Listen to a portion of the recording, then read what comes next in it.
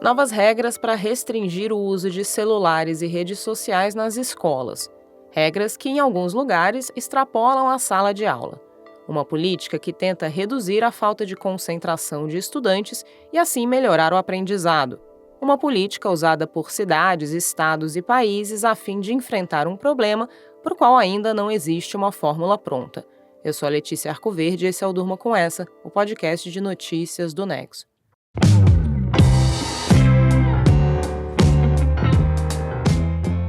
Olá, eu sou Conrado Corsaletti, estou aqui com a Letícia para apresentar esse podcast que vai ao ar todo começo de noite, de segunda a sexta, sempre com notícias que podem continuar a ecoar por aí. Segunda-feira, 5 de fevereiro de 2024. Primeiro dia de aula do ano na rede municipal da cidade do Rio de Janeiro. Dia também em que os estudantes vão lidar com uma nova regra instituída recentemente pelo prefeito Eduardo Paes, a proibição do uso de celulares nas escolas. O decreto publicado na semana passada pelo político do PSD veta o uso do aparelho tanto na sala de aula quanto na hora do recreio e de intervalos. A ordem é manter o celular desligado ou no modo silencioso dentro da mochila durante todo o tempo em que o aluno está na escola, com exceção ao período antes da aula começar ou após o fim do dia letivo. O uso é permitido no caso de estudantes com deficiência que precisam do aparelho, ou quando o professor autorizar para fins pedagógicos. O Rio já tinha um decreto proibindo o uso de celular especificamente na sala de aula desde agosto de 2023. Em dezembro, a Secretaria de Educação fez uma consulta pública que recebeu 10 mil respostas, em que a grande maioria foi favorável à proibição total nas escolas. O secretário municipal, Renan Ferreirinha, defendeu a ampliação da proibição para combater o que ele chamou de epidemia de distrações. Neste mês de fevereiro, a rede vai fazer campanhas de conscientização para, a partir de março, a regra entrar de fato em vigor, com advertências para o estudante que descumpri-la. Em São Paulo, uma medida anunciada nesta segunda-feira também fez uma expansão da política que limita o uso de internet nas escolas. A gestão do governador Tarcísio de Freitas, do Republicanos, passou a bloquear o acesso a redes sociais como o Facebook e TikTok e acesso a serviços de streaming como Netflix na conexão das escolas. Esse veto vale para os alunos desde 2023 e agora também afeta os professores e funcionários administrativos. A justificativa é otimizar o uso de infraestrutura tecnológica para o desenvolvimento pedagógico dos estudantes. Essa regra do governo paulista se refere às conexões por Wi-Fi ou por cabo de internet nas escolas. Não é uma proibição dos alunos usarem o celular com o pacote deles de 4G, por exemplo. De forma geral, a rede pública diz que durante a aula, o uso só pode ser feito se for com fins pedagógicos. Essa é uma diretriz que também aparece em vários estados. Muitas escolas privadas têm regras próprias ou criaram caixas onde estudantes precisam deixar o celular durante a aula. Algumas escolas deixam a cargo do professor decidir o uso que será feito. E há colégios em que tablets fazem parte do ensino. Isso tudo varia de acordo com a idade dos alunos e os recursos disponíveis na instituição de ensino. Essas diferenças evidenciam que é difícil falar sobre o uso de tecnologia sem levar em conta as enormes desigualdades da educação do Brasil. No próprio estado de São Paulo, que tem a maior participação no PIB do país, menos da metade das mais de 5 mil escolas da rede estadual têm Wi-Fi, computadores e outros equipamentos capazes de atender a maioria das turmas. O dado foi mapeado pelo próprio governo, que considerou trocar livros didáticos em papel por conteúdo digital, mas depois recuou da decisão. Foi um plano que suscitou bastante crítica, não só pela falta de infraestrutura, mas por ampliar o contato que os estudantes teriam com telas e dispositivos digitais.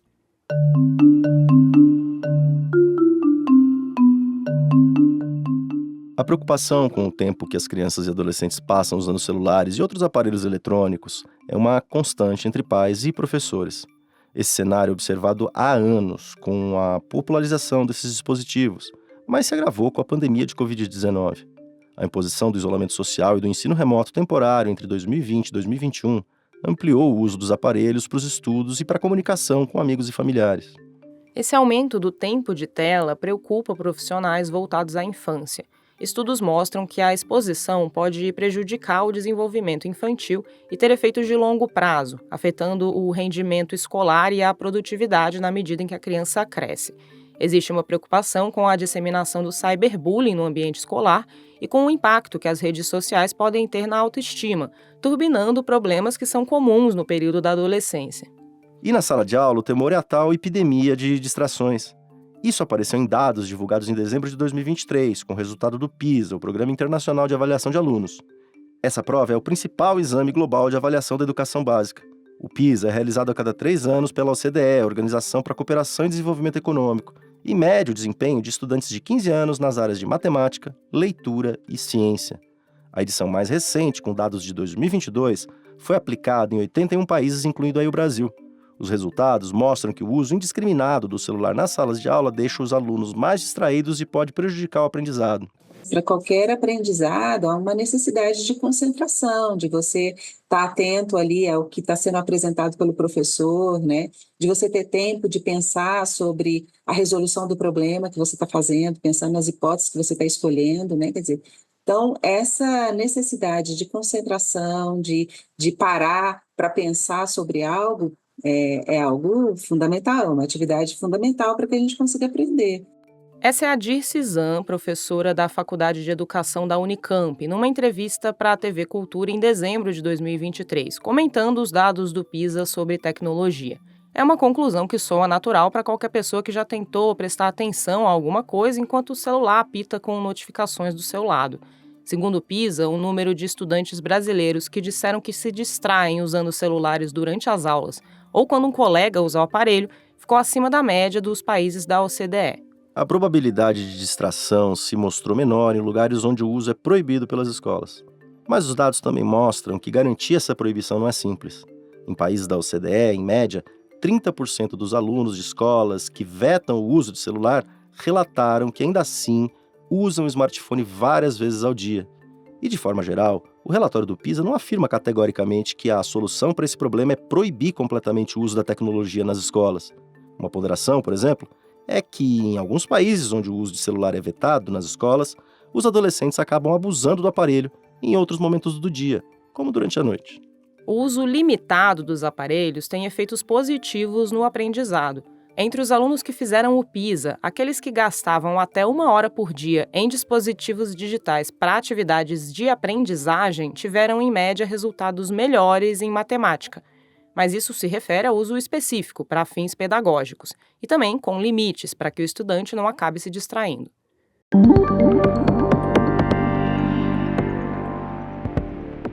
A Base Nacional Comum Curricular, que é o documento que estabelece as regras para a educação no Brasil, não tem normas específicas sobre o uso de celular em sala de aula. O documento afirma, porém, que usar a tecnologia é crucial para a formação dos estudantes. Segundo o texto, estimular seu uso capacita os estudantes para um futuro cada vez mais informatizado. A professora Dirce Zan, por exemplo, acha que parte do desafio de tentar captar a atenção dos alunos passa por encontrar formas diferentes de ensinar que vão além do ensino tradicional, mas também não descambem para o uso acrítico de tecnologias. Quando a gente oferece outras formas, outras linguagens, outros artefatos para os nossos estudantes, quer dizer, eles tendem também podem até resistir no primeiro momento, mas eles tendem a incorporar na sua prática, né? Então, acho que esse é um outro ponto, quer dizer, de como que a gente pode, na escola, estar diversificando as nossas práticas e os recursos oferecidos para os estudantes. Existem possíveis usos pedagógicos de dispositivos digitais, como usá-los para ilustrar a solução de um problema, gamificar o ensino, ensinar com desafios e por aí vai. E tem também a própria necessidade de dar aos estudantes as ferramentas para entender como as mídias digitais funcionam, para que os alunos consigam analisar criticamente os conteúdos que ali circulam, por meio, por exemplo, da educação midiática. Um relatório da Agência da ONU para a Educação, a Unesco, de julho de 2023, mostrou que 1 em cada 4 países tinha regra para restringir o uso de celulares em escolas. França, Holanda, Portugal, Itália e México, entre outros, adotaram em anos recentes proibições do uso de celular em sala de aula. Tem uma cidade na Irlanda chamada Greystones que tomou uma medida ainda mais radical.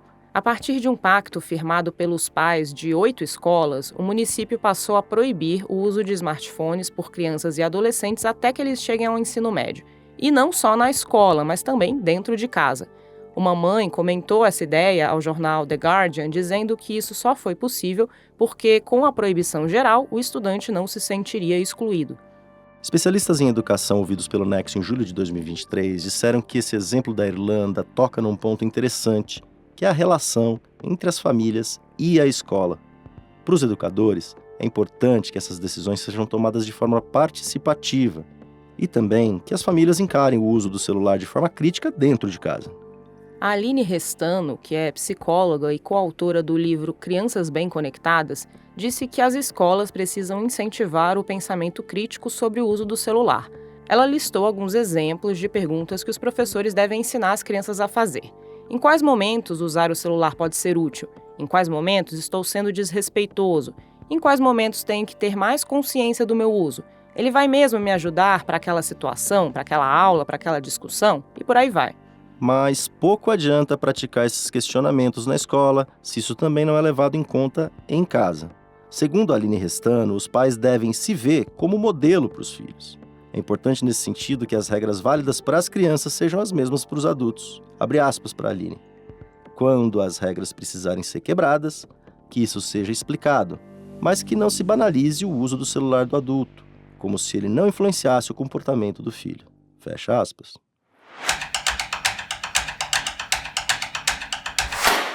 O presidente de El Salvador, Nayib Bukele, saiu vitorioso da sua tentativa de reeleição no domingo. O Marcelo Montanini escreveu sobre o assunto aqui no Nexo. Marcelo, como foi a eleição em El Salvador? Aconteceu o que já era esperado. Bukele se reelegeu como presidente de El Salvador com cerca de 85% dos votos. O resultado oficial ainda não foi divulgado, mas a diferença de votos para os adversários é enorme. Manuel Flores, candidato da Frente Farabundo Partido de Libertação Nacional, partido de esquerda, obteve 7% dos votos, e Joel Sanches, da Aliança Republicana Nacional, um partido de direita, recebeu 6%. Esses eram os dois principais partidos até a eleição de Bukele em 2019. Agora, em 2024, os 5 adversários dele, juntos, receberam apenas 15% dos votos. Bukele governa com um modelo de populismo punitivo que o tornou popular em El Salvador. Ele avançou contra as facções criminosas, mas também sobre os direitos civis da população e sobre os poderes legislativo e judiciário. A própria reeleição dele é fruto disso, afinal a reeleição é inconstitucional em El Salvador. Mas juízes alinhados a Bukele ofereceram uma interpretação alternativa sem base na Constituição, possibilitando uma manobra política que agora deu a ele o segundo mandato. E o que esperar desse segundo mandato de Bukele? Além dessa reeleição inconstitucional, Bukele vai agora concentrar ainda mais poderes. O partido dele, o Novas Ideias, elegeu 58 nomes para a Assembleia Legislativa formada por 60 deputados. Isso transforma o país em um sistema de quase partido único. E bom, ao longo do primeiro mandato, Bukele colecionou medidas antidemocráticas. A mais controversa delas foi ter governado sob estado de emergência permanente desde março de 2022, sob o pretexto de combate ao crime. Mas não só isso, ele invadiu a Assembleia com as Forças Armadas para pressionar deputados a aprovar um empréstimo internacional para suas ações de combate à violência, aprovou a destituição de juízes que tomaram decisões contrárias a seus interesses, perseguiu e espionou críticos ao governo, criou uma reforma eleitoral para reduzir os assentos do Legislativo e reconfigurou o número de municípios para concentrar poder no governo central. A manutenção dessas medidas por si já seria algo preocupante. A maior concentração de poder poderá fazê-lo avançar ainda mais sobre as instituições democráticas. O texto do Marcelo Montanini você lê no nexojornal.com.br. E um recado para você que está ouvindo Durma Com Essa. O Nexo agora tem um canal no WhatsApp. Os canais são uma novidade de plataforma para a distribuição de conteúdo, sem contato entre os membros e sem a gente ter acesso ao seu número. Clicando no link que está na descrição desse episódio, você se inscreve e recebe tudo que o Nexo publica ao longo do dia. Dá para ativar notificações para não perder nada, ou então só acompanhar as publicações na aba de atualizações do aplicativo. Dos vetos ao uso de celulares em escolas, a reeleição de Bukele em El Salvador, durma com essa. Com roteiro, apresentação e produção de Letícia Arcoverde, edição de texto e apresentação de Conrado Corsaletti, participação de Marcelo Montanini, colaboração de Isadora Rupp, produção de arte de Mariana Simonetti e edição de áudio de Pedro Pastoriz. Termina aqui mais um Durma Com Essa. Até amanhã.